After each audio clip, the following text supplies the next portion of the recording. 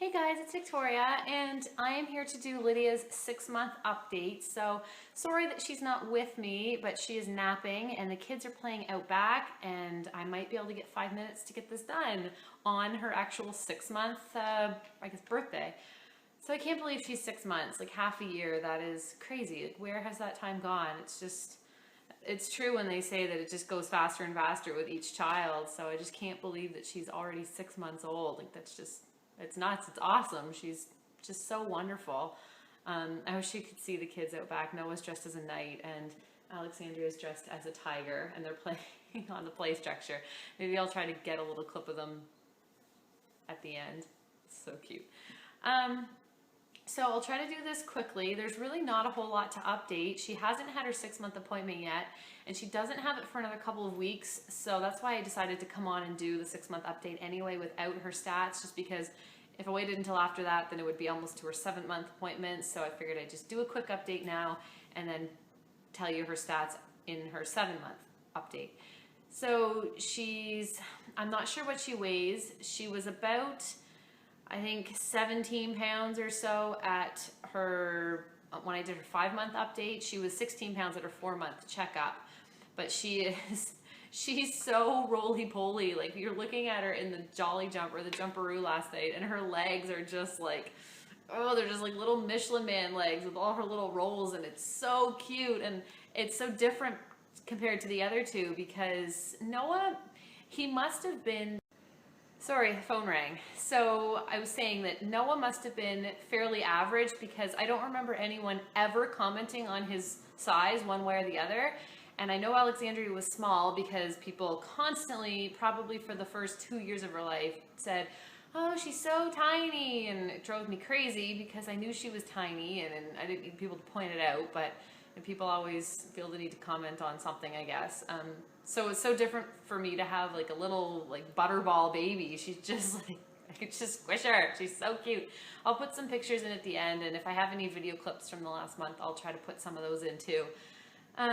So I've got a few like really quick notes. Basically everything is the same as far as schedule and everything as her 5-month update. She goes to bed between 7 and 8. We usually bring her upstairs around 7, bath her, put her in her jammies, and she sort of plays on our bed for a little bit. Then I take her to her room and give her her bottle and sing her a couple of songs. I can see the kids wrestling in the backyard, and that never ends well. Sing her a couple songs and put her down on her tummy. She's usually wide awake when I put her down. I'll be feeding her, and she'll be sound asleep or look sound asleep, and then I take the bottle out and her head pops up and she's looking around and she's trying to like put things in her mouth, and then I put her down on her tummy and tuck her in, and she goes right to sleep. So that is amazing. And she sleeps through till about between 7 and 8 in the morning. So she is an awesome sleeper. As far as food, she still has 4 bottles a day, and we've gone back and forth from 6 ounces to 7 ounces, back to 6, back to 7. We're at 7 right now, and she takes most of it most times. We switched to fast flow nipples about partway through the month, and that seemed to make a little bit of a difference at first, but then it didn't really help after that. I probably could have switched sooner, but I thought about it early and it seemed too early, and then I kind of forgot about it. We started cereal yesterday, and I don't know if this is a mommy fail. I meant to start rice cereal, and I gave it to her yesterday and today, and I looked at the box and it's wheat cereal, and I don't know what I was thinking, or I wasn't thinking properly, but anyway, she seemed to do fine with it. But I'm gonna pick up some rice cereal today. And I know a lot of people skip cereal, but for me, I just feel that it's a great sort of intro into something solid in their tummy that's not just milk. And we'll only do that probably for a month or so, and then probably next week we will try to do baby-led weaning. That's what I did with Alexandria, and it worked awesome. I did purees with Noah, and I always found it such a pain. Like, it's something else entirely. You have to prepare. When you go out, it's challenging because you have to bring it, then you have to warm it up. And I started purees with Alexandria, and she would not take it. Maybe I'll do a separate video on baby-led weaning and our experience. But when we switched to that, it really works, and it was so much easier. So that's what we're planning to do this time. So I'm going to get groceries tonight, and I'll just pick up like some sweet potatoes and maybe some squash and just, you know, things like that that are easy to cook and cut up into like finger shapes. So yeah, I'll try to do a video on that maybe after if I get another extra 5 minutes. So that's what we're planning to do for food. She is not really sitting, well, she's not sitting yet, but she's starting, like just starting to kind of be able to hold her balance a little bit. She typically flops forward more than anything. So we're just trying to, you know, get her to, she's got a good solid base with those legs. So hopefully those will help her sit up better. I think at this point, I'm kind of ready for her to sit up because it's just nice to be able to just plop her down for just a second to do something with the other kids, or, you know, I hate laying her down on the wood floors or the ceramic tile or something without a blanket. So it's nice when they learn to sit, so you can just sort of sit them down just for a second here and there. She's definitely getting more coordinated when it comes to picking things up, putting things in her mouth. You know, everything goes to her mouth.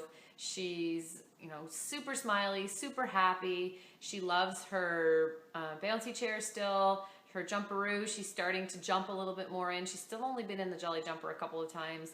Still likes her play mat. She's starting to move around a little bit more on her tummy. She still has not flipped back to front. She rolls front to back occasionally, but not often. And she hasn't gone back the other way yet. She loves to go for walks. She naps twice a day, normally about 10. And she's napping right now, it's 11:30. So she naps about 10 and then again at 2 for about 2 hours. She's just really chill and really relaxed and really easygoing, which is great because she's our third. So, you know, we're constantly having to divide our attention. So it's good that she's pretty content to just sit and watch the other kids. She loves to sit in her high chair and watch while we eat. So I think she's definitely getting ready to have more solid food. I'm thinking maybe that's part of the reason why she's been struggling with her bottles, is that maybe she just wants something more. I don't know. I've never really heard of that as being a sign of readiness for solids, but maybe it is for her. So hopefully when she starts eating solids, she'll be able to take her bottles a little bit better, and we can probably decrease the amount of formula a little bit when she starts getting some good solid food into her. We did a big vacation this past month. We went to Prince Edward Island, which is my favorite place on earth, and had an amazing trip. It was just absolutely perfect and fantastic. We had great weather. Get to see my sister and brother-in-law, and despite the 5 of us all being in the same room, all the kids slept really well. I think I was the one who slept the worst. I found it hard being in there with everybody because you hear every little movement, so I was constantly like, is the baby waking up? Do I need to do something? So I'm the only one who I think suffered in the sleep department, but she was great. I think all the fresh air, we stayed in the cottage, and she was just amazing. And it's, you know, it's hard when you're on vacation because you can't really, it's hard to focus your whole time around naps. So we ended up just sort of saying, we'll play it by ear, and she'll nap on the go. And then when we're at the cottage, she'll nap. And she did really well. Like, she seemed to make out, she's like Alexandria in that way, that if she gets a nap, great. If her nap is shorter, that's not really a big deal either. She's still pretty happy after, so that's good. And I'll put some pictures of our trip in at the end too. So I think that's everything. That's all the notes that I have.